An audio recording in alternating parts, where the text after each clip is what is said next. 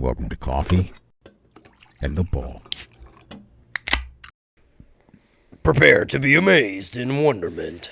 The joke of the day. I worked all day on this. So you hold the dad joke cards in your hand. Yeah. Okay. What is a cat's favorite vegetable? Now, if you're gonna try, you just no effort. It's 100% a one-way street right now. No effort. It's asparagus. I don't get that. A cat's favorite vegetable. Asparagus? Per. I think some enunciation would have made that joke go a whole lot further.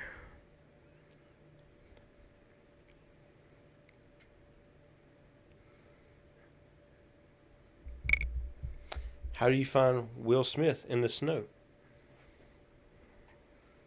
No idea. You follow the Fresh Prince. Okay, so. Yep, thank God. Yep. Got that out of the way. Hey, guys. Mike and John with Coffee and the Bull. Want to say thank y'all for taking a moment out of your day and giving us a listen.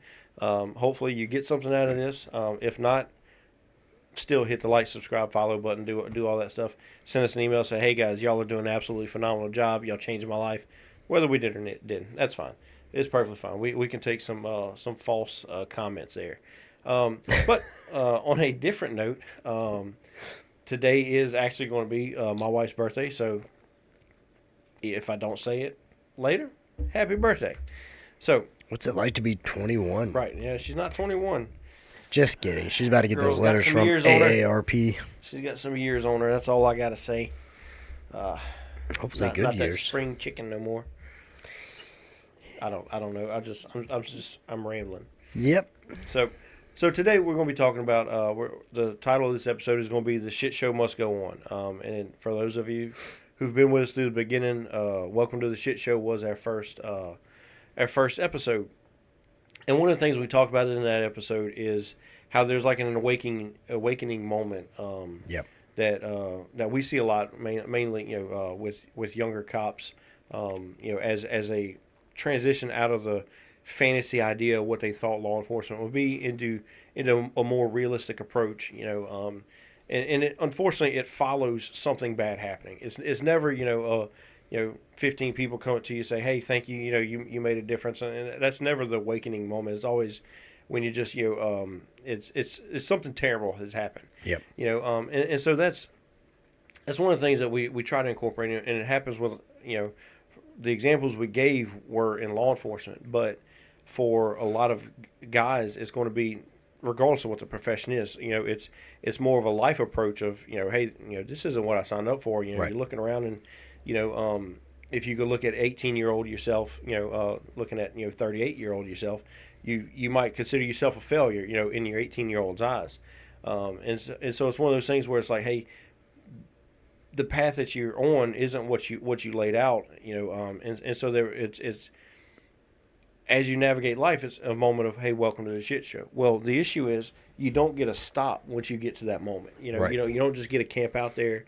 You don't get a setup, hey, this is home base, and I don't ever have to go through this again, because that's one of the things we have with like newer cops, as they're going through the training phase, or even after they've been cut loose and they're on their own. Whenever that moment happens where it's like, hey, whether it be a bad car crash or a murder scene or something like that, and you see a senior guy will pull the young guy aside and he's like, hey man, welcome to the shit show. It's followed up right. with you acknowledge where they're at, but it's followed up with instructions after that. It's, hey, right. You need to do this. You need to start collecting statements. You need to take pictures. You need to look for evidence. You need to all these different things. There's a list of things that have to be done, right. And that's where this is coming from. Is we spent the first or the tail end of 2024 discussing kind of where guys are at. Hey, we're in a spot where you don't see a lot of mental health. You don't see or a lot of help going towards guys. It's you see a lot of bias as well. You see a lot of bias, and you see a lot of people saying, hey, look, we don't have anything, but that's it, And so we spent a couple dozen episodes taking and pointing out, hey, this is where guys are. This is where where we're struggling at. This is the things that we battle with. Whether it be alone or or with our family or whatever the Life in general. life or whatever the problem may be. It's hey, this is where they're at. Well, now comes time for the instruction. I think that's kind of where we're going with Right. for the next several episodes. Is all right. You can acknowledge where you're at, but it's time to move on. And like referencing in an earlier episode where I lost my job and my wife gave me the instruction. She said, "Hey, you take today. Right. Tomorrow it's time to get back to work." And that's kind of where we're at. It's we're if you've been listening up to this point, it's time to move on. We're not going to harp Right. on here. We're not going to beat the dead horse anymore. Now we're going to change our dynamic a little bit. We're going to bring some humor into it. It's still going to have moments where it might tug at your heartstrings. It might have moments where it might be a little bit too in depth for you at this moment. Come Right. back to it later. All right. But for now, we're going to move forward in how to navigate from there. Right. Right. And so one of the things that we talked about prior to filming this episode is what are some of the things that guys struggle with. And I think communication come up. For all the women in the back, we heard you the first 75 times you said it. We get communication's an issue. Right. There's not a guy out here who is going to be like, no, I communicate very, very well. Right. It's we communicate very well to each other for the most Right. part, or depending on what we're doing, and if you don't, if you look at some of the tactical teams, whether it be SWAT or SRT or even the military teams, one of the things they've done is you focus on the type of communication that you do at that time. And what I Right. mean by that is, if we're off, in a briefing tent or whatever, we're going to be talking like normal. But obviously on scene, we don't need to, if we're about to boot in a door, you don't need me at the front door going, "Hey, John, we're about to boot the door," And I'm like two that, guys back going, and okay. meanwhile, the guy inside the house with, who's got, a different mental state is like, Right. "Oh, here we go, Thanks for the heads up. Right. And so it's there's levels of communication that are appropriate at different times, Right. And so, one of the things like tactical teams do is they've developed ways of, as they're like clearing houses and stuff like that, is they'll do it non-verbally. There's a series of signals, whether it be gun movements or hand movements, or just a swift kick in the butt to say, "Hey, let's go." Right, right. Whatever it is, it's Hard meant shoulder to taps be and tugs effective, and it's very effective. It's helped apprehend subjects. It's save lives. It's whatever. It's very effective. Right. But if you don't know the communication, You don't know the code. if then, you don't know the code right. to it, then, Which is the whole purpose behind it, because you don't want whoever Right. or whatever your objective is to know what you're doing and what your movements are. Right. That's more of a silent communication, which is yes and no what we're talking about, because I know plenty of husbands and wives who have that silent communication. When a husband's able to look over at his wife at a party, and she gives him the look, and he's like, "All right, folks, time for us to wrap this up and head to the house." that usually means I've had a little bit too much to drink. Right, And it's- right, and right. she's not happy with me. Or Dave's wife has hit my limit. But I'm 100% with Mike on this as far as the communication goes, because, number one, men and women are different in their communicative skill sets. Right. And how they communicate and which way they communicate. I don't think it's necessarily an educational thing. And if anything, the military, law enforcement, structured workplaces kind of give you that perspective on it, because you look at your average military or even your average law enforcement agency, fire department, all those places, you have everyone from way different walks of life. Right. It's why they say, like, you can't be racist in the military, you can't be sexist in the military, and it's because you have so much of a goulash of different people and backgrounds and nationalities and religions and everything else, that you just can't have an ugliness to you. But with that, we don't always communicate the education level. You can have, and I've seen relationships where, the husband is a super genius, can't change a tire, but the wife is like just your average run-of-the-mill. She's not college educated, she's nothing fancy, but they can communicate in their own way. And so basically where I'm going with it is the communication side of this isn't necessarily based on an education level. It's not based on that.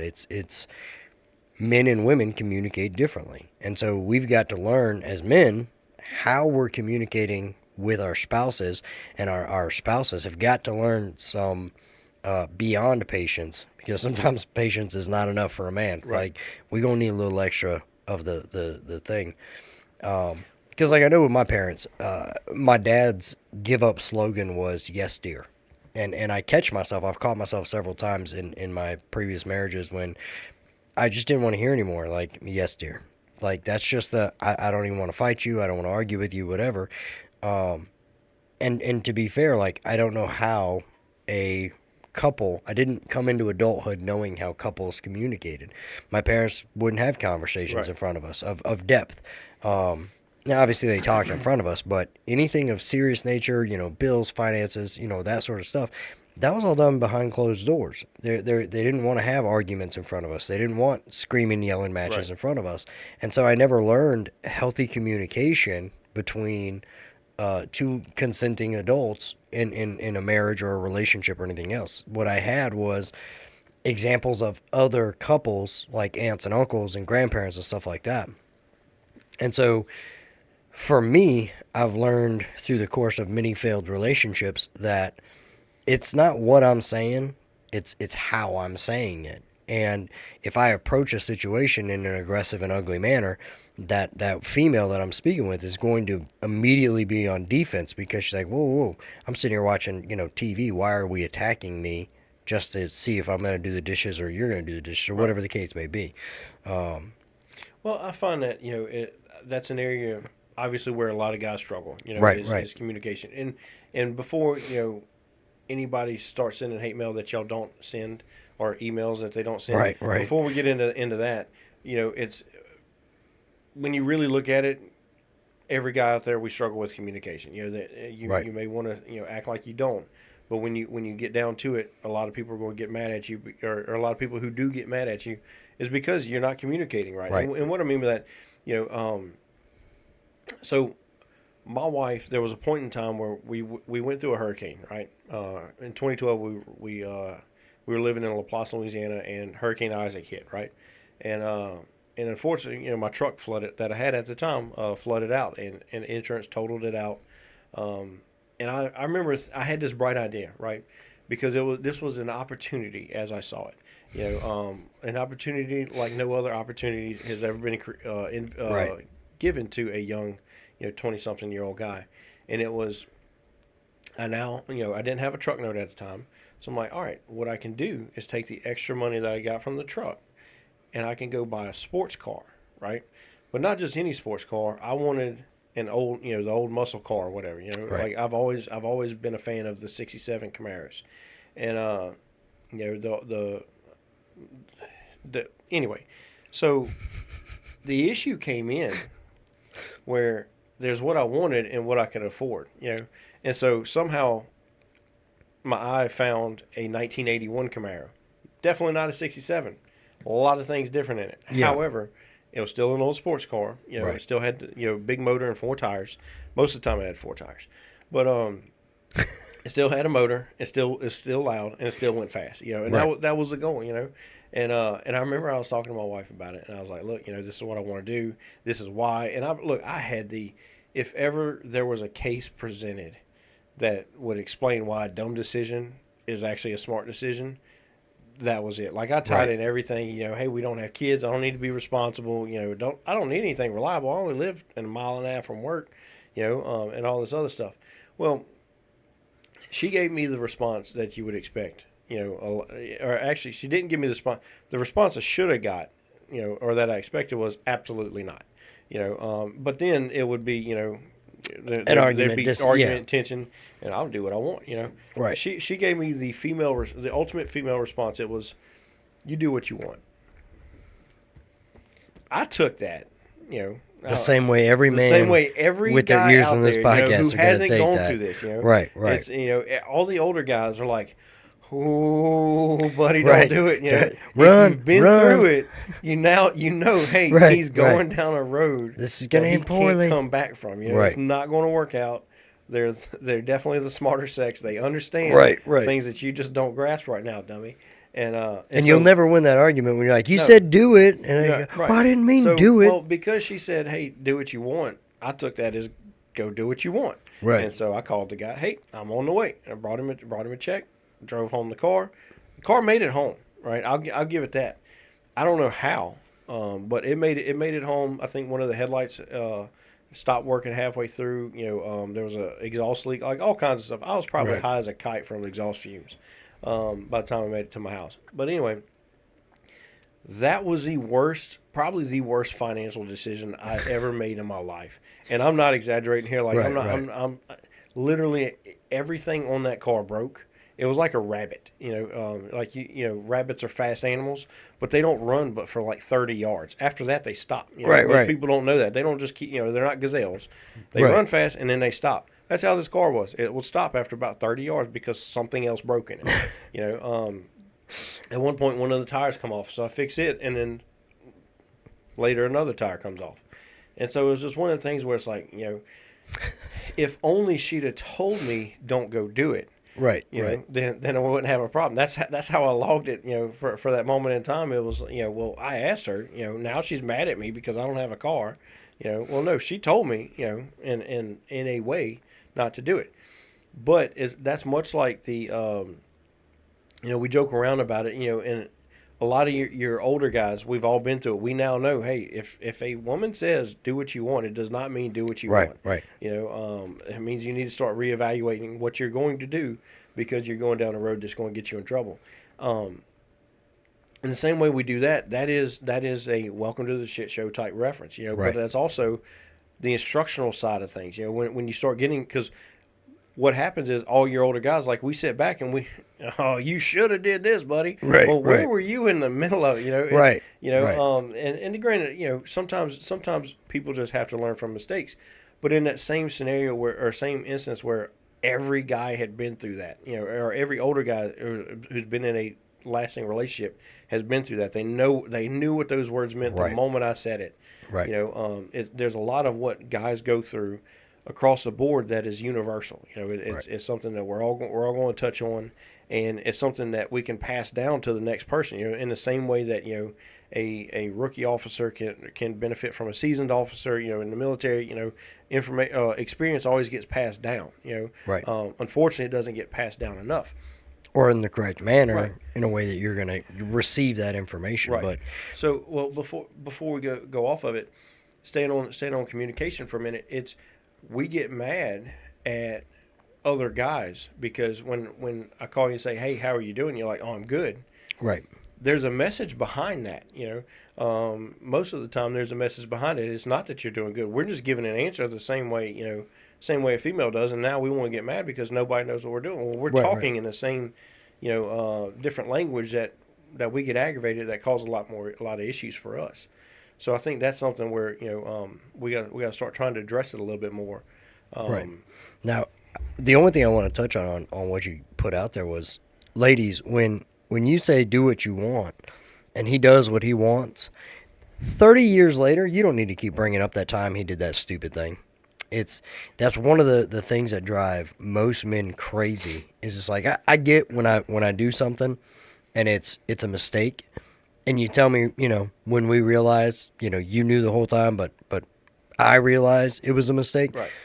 That's your moment. That's your moment to say, hey, you screwed this up. You should have listened, even though I said you do what you want. That argument, this is part of it as our brains work, is when we make a mistake, we don't want to be reminded of that mistake repeatedly over and over and over and over again. There's much like you lost your job, take today, and tomorrow get on it.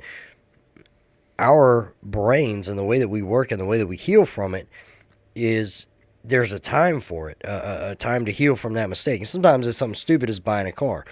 Sometimes it's something as dumb as forgetting your birthday or, making a mistake. We got to heal from it, and then we can move on from it. But what we can't do is confide that in you and in that mistake, and then continuously be having our noses rubbed in it. So I'll give that to you with an exception, all right? Because I know a lot of guys, and when I say this, it's coming from a standpoint of, at my last job, I was a supervisor, right? One of my first agencies, I was a supervisor for a while, and I had the benefit of roughly 9 to 10 people that were assigned to me at any given time. And one of the things that I learned is stupidity doesn't just go away. Right. Right. So I will give it to you, so long as the problem has been fixed. By all means, stop bringing it up. Right. But, if you keep buying dumb sports if cars, if you keep doing the same dumb thing, we're going to keep having the same conversation. Right. Like I remember there was one of the guys that we had, man. That dude could not drive in an emergency situation to save his life. I swear. And if you hadn't caveated, I'm like, don't you call me out like that. But it was one of the things where I want to say I had 3 different instances where he wrecked his car.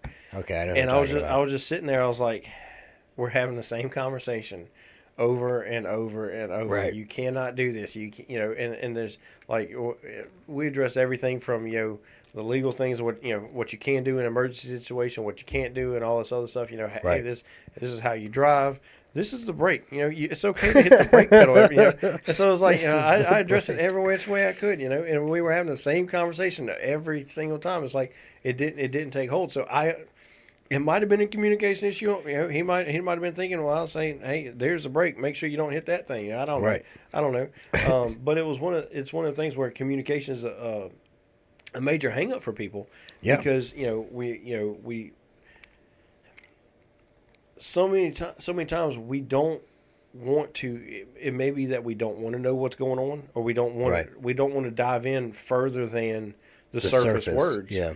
Because if I do that, I don't get to do what I want, right? Right. Or I've got to do something I may not want to do. In this case where hey, this guy's my friend. If I ask him, hey, how's it going? He's like, man, I'm good. Everybody, you could pick up on your friend's those language context clues. that hey, his body language and the the connotation that he's putting that out in, you can tell, hey, something's wrong. But if I go, hey man, how are you really doing? I may not be prepared for that, and I may want to go to Chili's after this, and whatever restaurant, or have something planned. But I might have to deal with the guy who's about to lose his emotion and start boo-hooing for the next 45 minutes. Right. And I've got to find a way to, and so it's one of them things where sometimes we know there's clues there, but we purposely don't go, and I'm giving secrets away right now. Like I know that a lot of guys are like, dude, shut up. Like I know she did not want me to do this, but I'm doing it anyway. Well, surprise, ladies. A lot of times we do pick up on the context clues, but we're gonna do what we want because we don't like the tone you said. So it's one of them things. But I think that communication is definitely something that that we've got to find a way to focus on, especially when it comes to our friends. Well, I think that we ignore a lot of stuff too, and what I mean by that is you've got, not only are men and women different in the way that we communicate, but every single person has a different way of communicating and understanding. And there's people that you can say, hey man, this is the brake, this is the gas. When your blinky woot woots are on, this is how you drive, and this is how you don't drive, and that's all they need. That one time, this is it.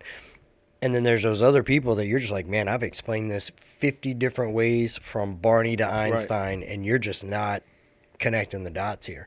And I'm sure there's a way to communicate to that person. You just didn't know what it was or how to get there. And that's not a fault of your own. That's just, we're different people. We communicate and we understand and learn differently. And so one of the biggest takeaways that I ever had from any relationship I've ever been in was, if I notice that every conversation is an argument or a challenge, that's not the person I need to be with, because I'm not an argumentative person in a sense, in a romantic sense. Friends, guys, work, all that, I'll argue all day, especially if I'm right. It depends on what the argument's over. Right. If I know what I'm talking about, I'm going to argue all day, with the exception of a romantic relationship, because I don't want to argue with that person. You know what I mean? Like, I want that person to be where I'm at peace, not so much this is where I stand and you're going to get on the boat with me or you're not, but I want to have a conversation with them that's open, and I can express myself without fear of judgment or fear of something coming up later and be rubbed in my face.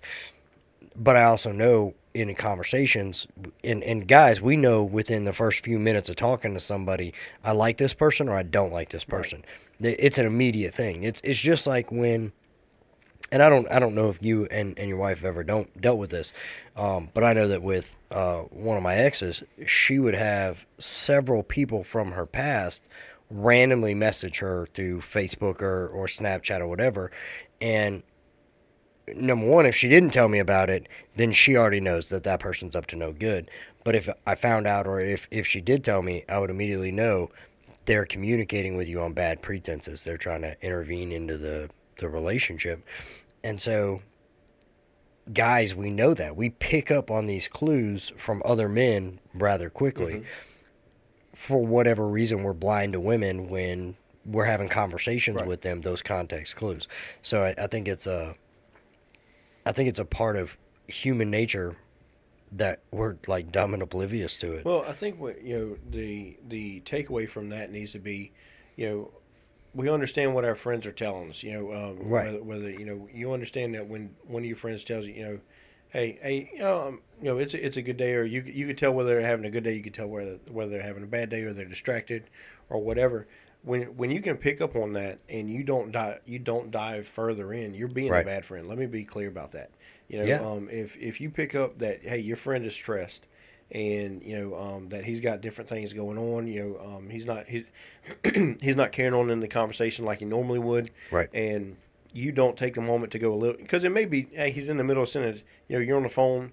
Like, I can tell when you're in the middle of playing a game while we're on the phone, and it aggravates the shit out of me. I know. And so that's why I was like, I'll just go ahead and hang up.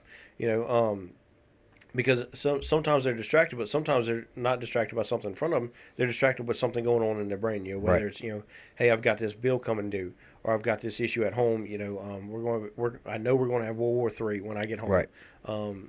I messed up. I've been in that boat where I knew I was going home. I knew we were having a fight, and I knew I was the reason for that fight. 100%. It was me and only me. And there are times where our friends are in that spot, and if you don't take the moment to check on them, say, hey man, what's actually going on, when you pick up that, hey, there's a problem, then you're being a bad friend. That's just all it is. And I'm not saying that as as a position of superiority to if you don't do that. I've been in that boat. We've got the phone call. We've got the phone call from friends or family members of friends who said, hey, look, this is what happened. And they check out, or and it takes a moment where we look around and especially to take it from the standpoint, and the main driving force of why we did this podcast was because we saw that, hey, guys are having mental battles and they're losing that battle, whether it be self-destruction, they decide to take their life, or they decide to walk away from their family, or they just go off the rails. Everybody wants to go, man, he just lost his mind, and we'll talk crap about him, but we don't ever actually, we didn't actually extend anything. We didn't mind bringing them a six-pack, and while they were struggling with alcohol, let's go have a Friday night, and you didn't realize that, hey, if every Friday night he's getting blackout drunk, he's probably got a dependency issue, and so there's a lot of times where we have these issues where that guys are going through, and we know it, but we don't do anything about it. And then when something happens, we want to cry foul, and we want to we want to do this. We want to be angry at something. If I'd have known this was going on, then I would have tried to help out. I mean, I just didn't pick up on it. Well, a lot of times you probably did. If you really want to be honest, we don't like admitting that. If you really want to be honest, we pick up on what's going on with our friends, and when we decide, hey, I'm not going to follow up on it. You're not that you're responsible for what they do, but you could have done something and you didn't, right? And so sometimes all they need is somebody to listen to them, to say, hey, you were in the wrong. Because I know there was an instance a couple times in my marriage where, again, I was the reason we were going to have a fight. Yep. I knew I was wrong. I was in the wrong. There was no misconstruing it. I was in the wrong. She was hurt. She was a victim, and there was going to be hell to pay when I made it home. I didn't need anybody to be like, nah, she's stupid. Don't worry about it. You look, there's a million fish in the sea. I didn't need that. I needed somebody to be like, hey, you messed up. don't do it again. Right. She means this, whatever she means to you, you need to protect that or whatever, and so it's one of those things where, you don't have to take your boy's side, and that's Right. what, we get a lot of times, the joke about, the girlfriend calls the best friend's phone, Right. hey, where's Johnny at or whatever? Oh, he's here with me or whatever. On the couch. Yeah, and the whole time he's sitting there with the girlfriend. The girlfriend's just checking see if Johnny's going to lie for him or not, Right. or the friend's going to lie for Johnny or not. So it's one of the things where, as a true friend, sometimes you have to tell your friends that, hey, they're in the wrong. Right. You have to say, hey, look, you're about to take a butt chewing. It's about to suck for you, but you're going to get through it, and this is how you keep it from happening again. Right. And Stamp your name on it. It Own develops accountability, and Right. I think that's one of the things, moving on to the next section, I think that's one of the things that the older generation can start passing down to the Right. to the guys who are up and coming, is a little bit of accountability. And that's something that we had talked about, was because like you pick up on the way that I speak to my kids when I'm not okay, because I have a different way of talking to the kids, and when there's a lot going on and I'm getting stressed out, I know you sense it and you pick up on it.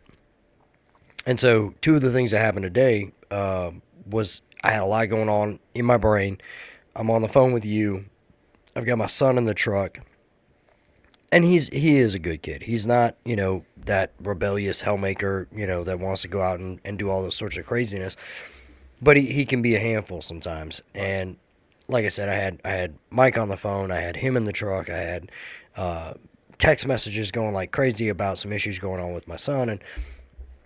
My son just trying to be a kid, trying to be involved, because I treat him like an adult. I talk to him like an adult. Obviously I don't let him smoke, drink, and, do grown-up things, but I don't talk to him like he's 8 years old. I talk to him like he's an adult. I want him to be able to articulate himself. And there was just a moment where I was like, bro, stop. Just close your mouth. Stop being rude. Stop interrupting me. You're being really rude right now. I just want you to sit there and be quiet until we get the truck parked, and then you can go inside.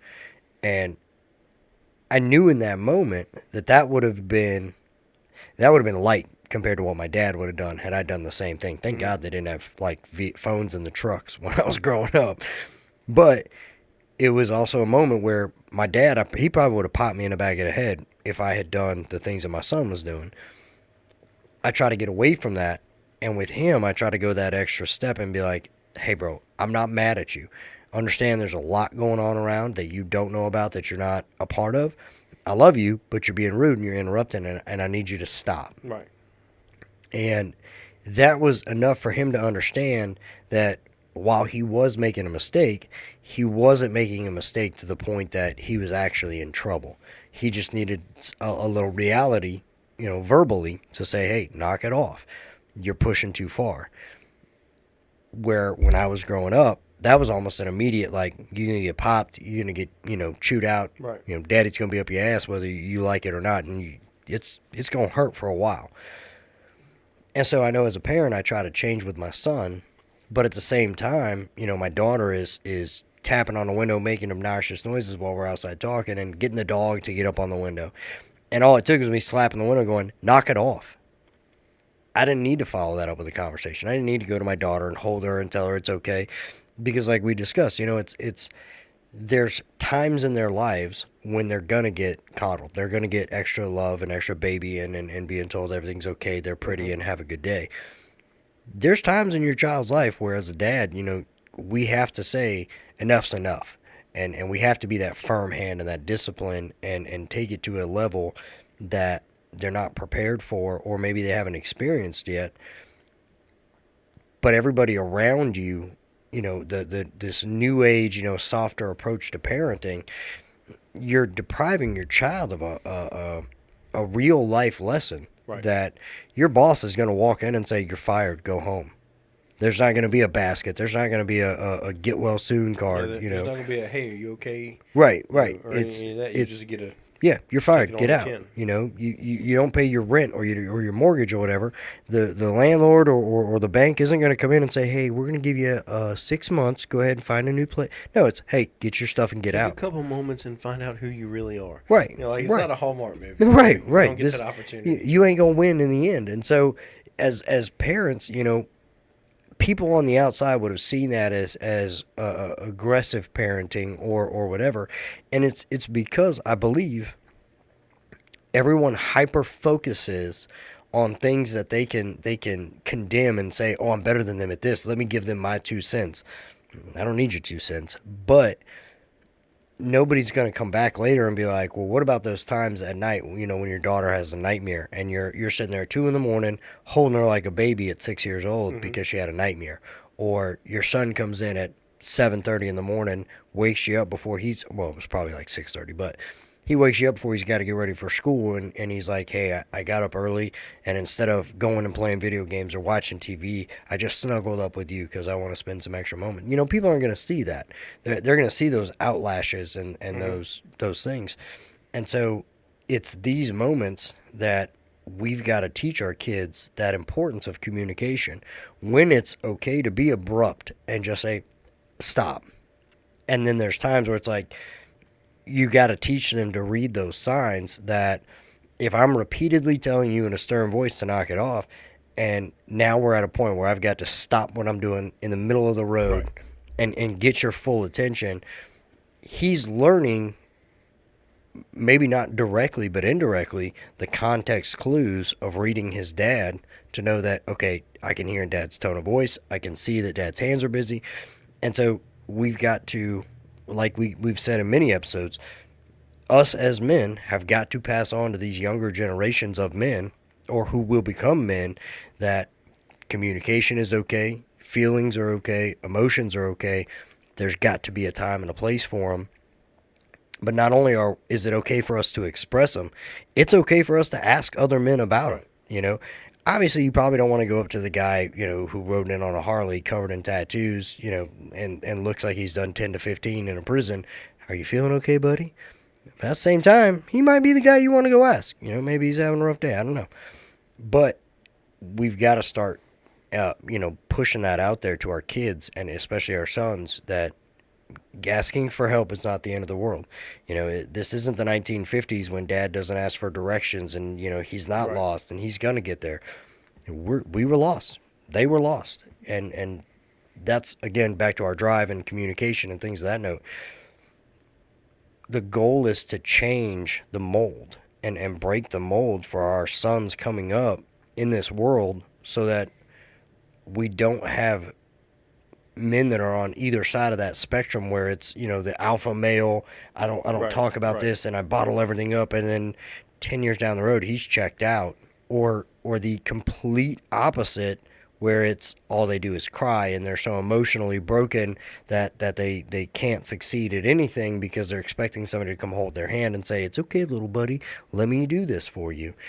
And so that's the goal. That's, you know, that's where we're at. That's why we do the podcast, so that we can decrease, even if it's by one, that number of people that check out, but two, to educate and show a different side of men, that sometimes we're up, sometimes we're down, but we've got to find a balance, and we've got to get that change in our brain and change in our pattern, you know? So I know one of the things that happened for me, I just started my career in law enforcement, like, you know, and I want to say I was maybe 2-3 weeks in, and I'd been riding with a guy. He wound up becoming one of my mentors in law enforcement, but a lot of this stuff was applicable, you know, in life scenarios. And this is a dumb story, but me and him still laugh about it, because, like, in high school and stuff, I was a relatively athletic person. Like, I played baseball, you know, in gym class, you know, played basketball all the time. Like, I didn't have. I noticed you didn't mention golf. Do what? I noticed you didn't mention your golfing experiences. And golf too. Hey, golf can be a very athletic sport. That being said, running was never my strong suit. Like, if I had a purpose to run, I could do it. That being, but I was not a track star by any means. Like, you was not going to get me to, you know, take in, go run 3 or 4 miles just For no just reason. to do it. Like, Right, no, right. there's a reason for it. I'll do that on a basketball, or at the time I would do that on a basketball court, back and forth, chasing a bouncing ball. But I wouldn't do it, just for just for the sake of doing it. Well, obviously, as I got older, much like everybody else in history, Right. my desire to go running has not increased, and so If anything, it magically yeah, decreased more. somehow it went down. But I'm sitting there, and we had to do a physical fitness test, Right. and so they had the entire departments out there, or a section of the departments out there, and me and Scott are going. And Scott was, he's going to be mad at me. I'm going to misquote this. I want to say he was like 50, 55 years old at the time. Maybe 50. I don't know. Something like that. He was a lot older than I was. And Right, I was a lot right. more arrogant at that time. He was old. He might as well have been geriatric. And and so we taken. They have us. They want us to run a mile and a half. And so I'm like, all right, I knew it was going to suck. I hadn't run a mile and a half since before high school, and so I was like, this is it's going to be miserable, but whatever. So I'm sitting there and I'm running, and I'm, I'd taken off a lot quicker than a lot of the other people, and so I'm like, all right, just stay in front of them. I'm good, because I was also the new guy, wanted to impress different people, whatever. And so as I'm running, we get about, I want to say halfway. Right, so 3/4 of a mile in, and I'm sucking wind, man. Like I'm garbage. Right. And I reached a spot where I'm focusing on a breath almost every step, and it was bad, and I was miserable. And out of nowhere, this geriatric dude just comes floating by. I'm talking about just Gazelling it. Not gazelle. It was so much more delicate than that. Like, and that's, we joke around about it. But he runs up to me and he looks over at me. He goes, "There's beer at the end," and just gone. Like, not sports. He's not Usain Bolt, but just, I'm talking about gliding. And I'm like, how in the world, this dude's got, he's got a beer belly, he's got everything else. Right, and right. I'm half his age, and he is leaving me. And I think he finished like several minutes before I did. Yeah. Like, it was bad, man. It was embarrassing. But one of the things that we joke around about it, but it was a moment where, as even though it was a joke, it's a moment where somebody with more life experience turned and looked at somebody who was obviously struggling, Right. gave them a little bit of humor, and then showed them how to go on from there. Right. And it is breaking it. I get it's breaking it down real simple, but that's kind of what the goal of it is. And that's the same way. When you look at, like guys, our dads always ask us to hold the flashlight. That is a rite of passage. Yeah. And for, if your dad didn't love you, didn't have you hold that flashlight, That's we could go with that as a sign of love. That's where I'm going with okay. that one, yeah. All right. I have a scar from holding the I flashlight. sent a video okay. to my dad today of two comedians making fun of holding a flashlight for dad, and Right. and it's looking at the differences of how dads operate with their kids versus with their grandkids, Right. Because I know the things that my son gets away with at my dad's house would have been unheard of, Right, right. had I done it, and so it was one of the things where, like we went to Christmas dinner at my parents' house the other day, and my son and my brother still lives with my parents. He's about to turn 16 or just turned 16, something like that. Something like that, yeah. And so they're sitting there and they're playing with toys or whatever, and they got a remote control car. And so they're playing with it in the street by the house. That's understood. Like, that was understood territory. With an eyesight of your parents, Right. you're fine. That's how I grew up, and or at least on the streets. Now, when we lived off in Alabama, there was nothing to do. Right, right. It was almost like, hey, we sacrifice you to the wolves in the Right. woods. We'll raise your brothers good. But anyway, so it was, hey, you stay within eyesight of your parents. And so as we're sitting outside drinking coffee, watching them play in the street, they're going down this loop or whatever, and so they get out of sight. But I know they got to come out on this other side. So they do or whatever, and then they just keep going. And now they're out of sight, but they're going towards, another road. And I'm just watching. I'm like, how far down? He goes, oh, they're going to so-and-so's house, And I was like, well, I don't know so-and-so, And I'm like, how far down is it? And he goes, it's just 2 houses. I'm like, they should have been back before 2 houses from now. And he's like, well, I mean, if you're worried about it, go check on them, whatever. And I'm sitting there, I'm like, the dad that I grew up with would have ended that way over here before it ever, And so it's the same thing, like you're holding the flashlight for your dad working underneath the car. Your dad's going to say some of the dumbest things in the world. Oh, yeah. Like my dad was not a mechanic by any means. He taught me one time my truck broke.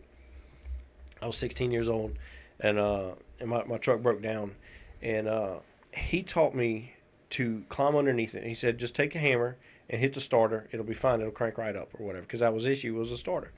And he tells me this on the phone. The issue is I didn't know what a starter looked like. And for all of y'all who don't work on your vehicles, who don't understand this reference right now, if you climb underneath your vehicle or you look in through the hood, whichever, based on make and model, it could be different spots. Nowhere on that thing does it say the word starter. Just in case anybody's wondering, you either know what it is or you don't know. That's it, And so I went under there and I beat everything I could find with a hammer, because if anything, I was going to make sure the job got done. Didn't know I was creating all kinds of other issues, but I hit everything underneath that truck with a hammer. And so it was one of the things, it's I don't know where I was going with that. I just felt like that was a funny little Your daddy hitting you, funny tip. telling you to hit someone with a hammer. Yeah, my dad was not a mechanic, and so when he would be underneath underneath the hood holding a flashlight, like, I don't know how in the middle of the daytime, like it could be noon, because that always seemed like when he wanted to work on vehicles was, at the hottest part of the day, and the sun's bearing down on you. For some reason, we need a flashlight at that point in time. I don't know. I feel like God gave you a flashlight, but whatever. I'll hold this, $3 light from Walmart that's giving 3 lumens, out of a double. Somehow this is battery. great. Right, this is helping, And if I'd have held the light differently, it might have saved something from getting stripped out or something. I don't know. But it's one of those, you got rites of passages or whatever. But there's so much knowledge, and getting back on track. There's so much knowledge that we lose because we don't pass it on, In the same sense, going back to the communication where, hey, if your wife tells you, something in a specific tone of voice, every other guy out there is like, no, you're about to mess up. In the same, it happens, at work, you get, a lot of your older guys, they don't want to pass advice down to the younger guys because, they didn't learn it. Got to learn the hard way. Right. Well, why do we keep doing that? We make everything a lot more stressful than it needs to be, and that's one of the areas that we've got to. That's one of the areas that we've got to work on. So, I think it goes into a lot of that old school mentality with, this is how I was taught, so this is how I'm going to teach, or this is how I learned, and this is how, they're going to learn. And I'm 100% with you. We've got to reapproach, whether it's on the job, friends in their relationships, or whatever. And we're not saying to anybody, go jump in your buddy's relationship. We're not saying all of that. But if they call you up and they're like, I'm about to go buy this car, because I know if we had been friends back then, you'd have been like, I'm going to go buy this Camaro. And I'm like, she said, yeah. And if you'd be like, oh, she said, do what you want. And I'm like, whoop, hold up. How did she say that? What was the context of the conversation? As guys who've been through it. Working on a motorcycle, by the way. She ain't said, I don't think she said yes. She said something, but it wasn't yes. By the end of it, it'll be what it is. It wasn't no for sure, but it definitely wasn't yes. I know for a fact it was not yes. I think it might have been not right now, but I'm talking about later, so that'll work. Right. We were talking about in that moment. Right. But that right there is precisely how we do that. We know that she was like, not right now, and you took that as, I'm sure that, when I show up with it, and she's gonna be like, what are you doing? And you're like, you said not right now, but that was then, and this is now. Right. So it wasn't right now. It's now, now. And it's who we are. Like, I think it's how we're geared. And that's why it's our responsibility to look at our sons and look at our buddies who are a little bit younger than us, or maybe starting out new in relationships, and it's, your 19, 20-year-olds as dads or male role models, whatever your position is in a person's life. Step in and help him out. Like, if he's coming in talking about my wife is constantly yelling at me, it's not a matter of what are you doing wrong. And that's one of the stereotypes we see on all of the social media platforms is, my wife keeps complaining and yelling at me. What are you doing wrong? That's not the answer. No. I feel like it could be. It could be. Sometimes. Let's be clear about your answer then. If you're giving one, let's not give some bull crap where we're going to get canceled for giving wrong information. All of a sudden, the dude goes home. He's like, "I'm not the problem. You're the problem, Betsy." Right. And then gets his teeth rocked out of his mouth. Right. So sometimes we are the problem. Okay, but sometimes men can be in bad relationships. But ask yourself, as a man, when you're in these situations where there's an argument or whatever, I found it's easier for me to take a breath, step outside. I'm not leaving the house, unless it's like a violent situation. I've never had that particular problem, but I step outside, I calm down, and I process this fight in my head, all right? Because one, I don't want to say something because I've done it before. I don't want to say something I can't take back. Because the moment you tell a woman that her, cooking is terrible, or, whatever the case may be, that's going to resonate with her in a hurtful way, you can't unsay it. Right. So, I remove myself from the situation, and then I readdress it in a different manner. My biggest point in a conversation with a significant other is if I can't say it calmly and I won't say respectfully, but if I can't say it calmly without raising my voice, I don't need to be having a conversation right now. I know that emotionally I'm so upset or still upset to the point that I shouldn't have that conversation. And with significant others, it's the same aspects as it is with work relationships and friend relationships and things like that. When you get to a point where you're that upset, whether it's at work or it's whatever, I know in one case we had, and I'm going to try to word this in a way that comes out properly, but we had responded to back up somebody, and they had done something by themselves and put themselves in a point that they didn't realize somebody had run away from the vehicle. They didn't tell anybody where they were at. We had to go find them, and then they stopped communicating on the radio, and they'd positioned themselves almost side by side with a vehicle without knowing if the person in the vehicle was armed or if the person that ran was armed. And we got there real quick, but it didn't really help that situation. And I know that when I got there, my level of aggression was at 100 because I'm like, one, officer safety. Two, we've told this person numerous times, stop being stupid. But I knew emotionally, I was at 100, and it was quick. You as my friend, knowing that this isn't the way that I typically would communicate with somebody right off the bat. Like, hey, we got this. And I was just like, okay, I got to walk away. I'm clearly too upset. But, I respect your opinion. And that's in my brain when you say things that get my attention, I step away. It's the same thing with communicating with other people. I know that when I get to that emotional level, I got to step back. And that's where a lot of guys, especially our younger guys, are making that mistake in their relationships, is they're allowing certain things to trigger them into responding at 100%, emotional charge, instead of, there's a problem, be it finances, cleanliness of the house or taking care of the kids. We're taking it as personal insults. Right. And she may come off that way, but I promise that's not her intentions. Her intention is to bring a problem to your table and say, hey, look, we need to make more money to pay these bills, or I just need a hand every now and then with the kids, or, once in a while, can you help me out by making dinner or taking the trash out or whatever? Instead, because she's so upset, she approaches it in a wrong way or in an emotional charge way, maybe not every time. We as men immediately take that as a pride thing. We're like, oh, so now I'm useless because I go to work all day and I don't clean or I don't pay bills or whatever the case may be.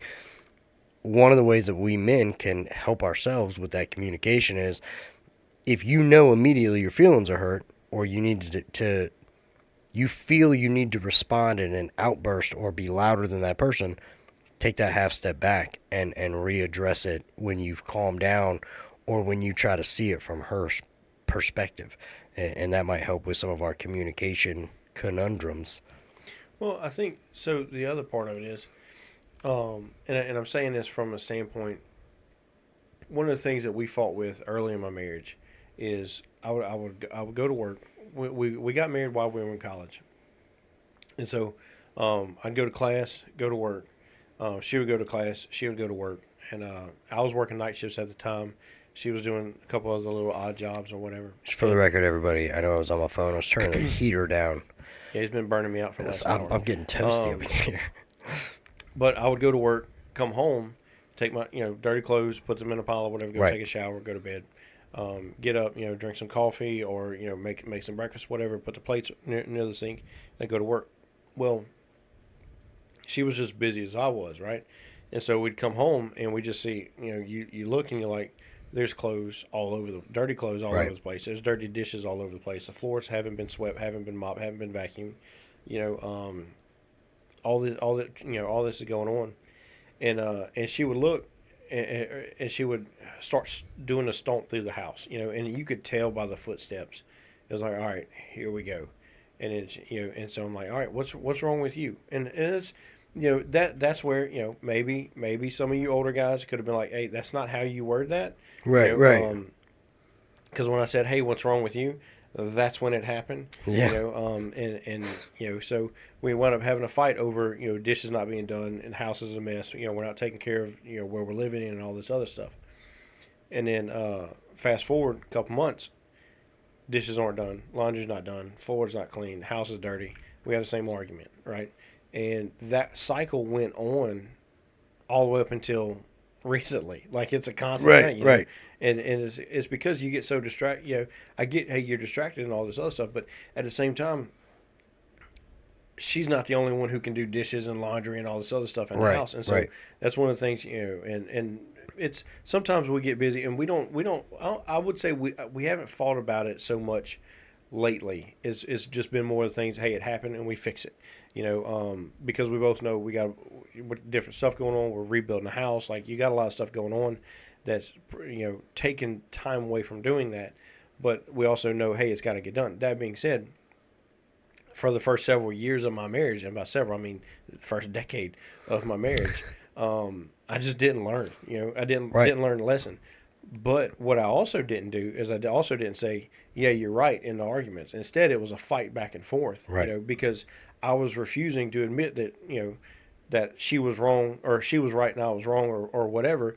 Instead, it was just a fight just to win, and so I had to change how I viewed that. And I think that's what a lot of guys have got to do is, hey, when she's pointing stuff out, it's not saying, she's not calling you a piece of shit. Instead, what she's bringing a problem up, a problem that she knows she didn't do the laundry and stuff too. Right. The fact is, it hasn't been done. She's been just, for a lot of people, everybody in the relationship or both people in the relationship work full-time jobs. So it's not fair for me, if I log 50 hours a week, to be like, oh, I'll work 50. You only work 40 hours a week. You need to take care of everything and all. Right. No, that's childish, man. So with that, do you think maybe the takeaway for the ladies in this is you can have a valid point and argument, but it's how you bring the fight to the table? So I'm going to say this. I struggle enough telling one woman what I expect or how things need to be done. He's going to cop out. And this is a podcast for guys. So I'm going to say maybe the guys need to take a moment back, take a little bit of humility, and go ahead and do the dishes, do the laundry, stuff like that. Now, that being said, if they get around where, hey, for the last year, they've done all the laundry, all the dishes, it's a one-way street, by all means, have a conversation. Have a conversation, right. But you can't really say anything if she's doing all of it. Right. She comes at you about it because you haven't done any of it, and you're like, but my feet hurt. You see, it's kind of a foolish argument there. So my question for you is, do you think after the honeymoon phase wears off, that men stop viewing the significant other as They're a romance and more of a friendship. And what I mean by that is, if there was something that I was doing, stomping around, moving, whatever, and you were to look at me and be like, "What's wrong with you?" I wouldn't be offended by that because I'm a guy. I'd be like, "I'm pissed off. This is what I got going on. Whatever." I don't know. I think that's a topic, maybe for another day. But I don't know there.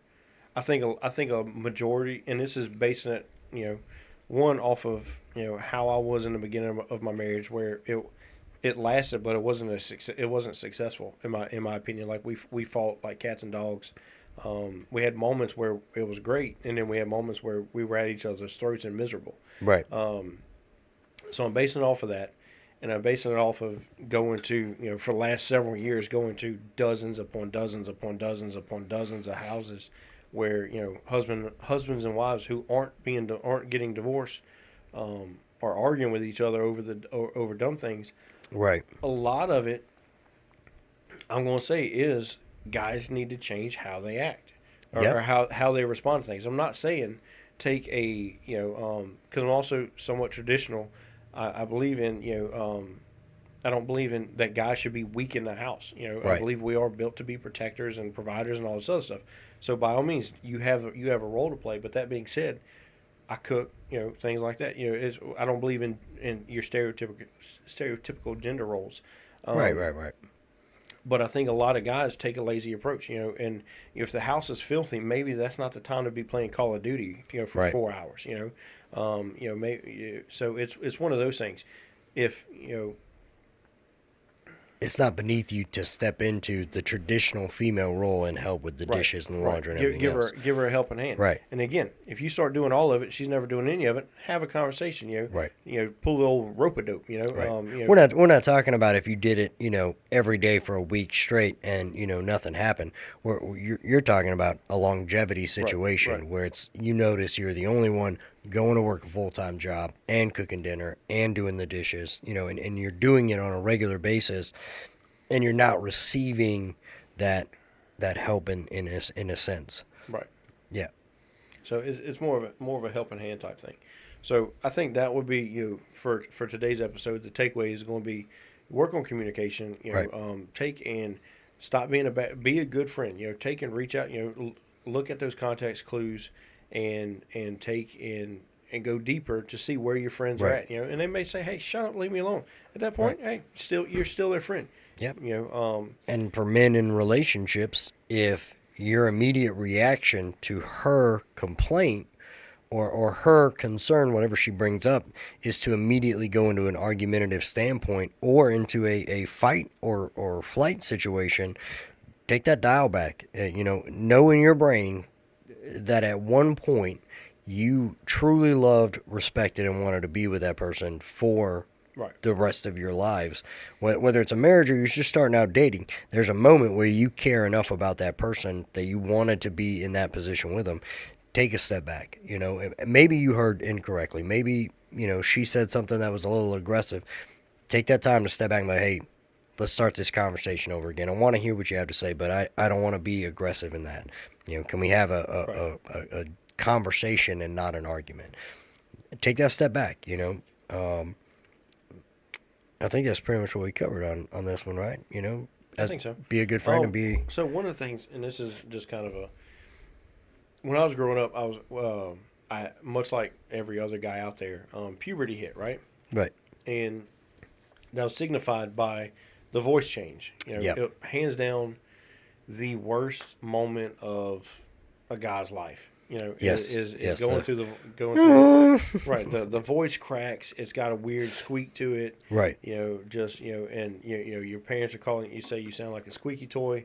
But the other issue is your brain is so hyperactive, you don't shut up. You're still just like that 6-year-old who's talking about Minecraft or whatever. Right. Just going to town. But it sounds like if you start looking around and when you see prepubescent guys going through the voice change, you're like, I wish he would just shut up. Like it was cute for about 3 seconds and now it's over. And so my dad, and this is, it's, I'm not knocking him. It is, my dad's not the smartest man in the world. He's got very, very, very little patience. Right. Or at least he did growing, raising us. And so he decided it was a great idea to have 4 boys, Right. And so, right. he couldn't stop at one. See, hey, do I like kids being kids and all this other stuff? He's like, no, I'm going to swing for the fences and have 4 of us. Well, then he also took custody of two of my cousins. So now we had 6 of us, and we're all different ages, ranging in different ages or whatever. Right. Well, I was going through puberty, and my dad told me one of the things. We were sitting in the back of a Dodge Caravan, and I'm sitting there talking, and I'm talking. I didn't think I was being obnoxious. Evidently, I was. It's a tomato potato type thing. Right. They have their version of the story. I have mine, and so I'm sitting there talking, and my dad loses it. He goes, why don't you just shut up? He goes, I hope when you get older, you have 13 kids, and they're just like you, so you can have to deal with this. And I remember thinking, I'm like, I feel like if I had 13 rock stars for kids, then, we'll be good to go. Right. But I knew what he meant. It was I was being obnoxious. I was being arrogant, along with I sounded like a trumpet that come from Goodwill. And so he's sitting there talking to me, and lo and behold, little did he know I was going to pull the old, switcheroo, and I only had 1 kid, so I only got to deal with it Joke's once on for now. you. Joke's on you, Dad. Question. So yeah, Who hit puberty first, you or Matthew? I did. I think it was probably the same time. I don't know. I didn't keep track of that. So he is the better brother. So on this note, guys, thanks for listening. Hope you all enjoyed the episode. I know we kind of got off topic a little bit and scatterbrained, but it is what it is. Trying to put all this together. Do us a favor. Send us an email. Coffee&theBull at yahoo.com. Let us know how we're doing. Let us know what you want to hear about. Stop being lazy. Some of y'all are listening to this and you're like, man, it'd be nice if we could hear what their thoughts are on such and such. Well, we don't know because we're not in your brain. So send us an email. Let us know what you want to hear about. Let us know if you think we're doing a great job. If you think John's shirt looks stupid because he shops at Baby Gap. Whatever. That's how it it can not work out. Right. Whatever it is, let us know. We'd like to have conversations with you. That's all it's going to be. We're not going to be rude. We're not going to put your stuff on the podcast unless What's you wrong want with my us to. shirt? Yeah. So shoot us an email, coffeeandthebull at yahoo.com. In the meantime, hit us up on all the platforms we're on, all of them. Yep. So find us on there. Hit the like, subscribe, share button, all those different things. And for now, unless you got something else, toodaloo. Stupid.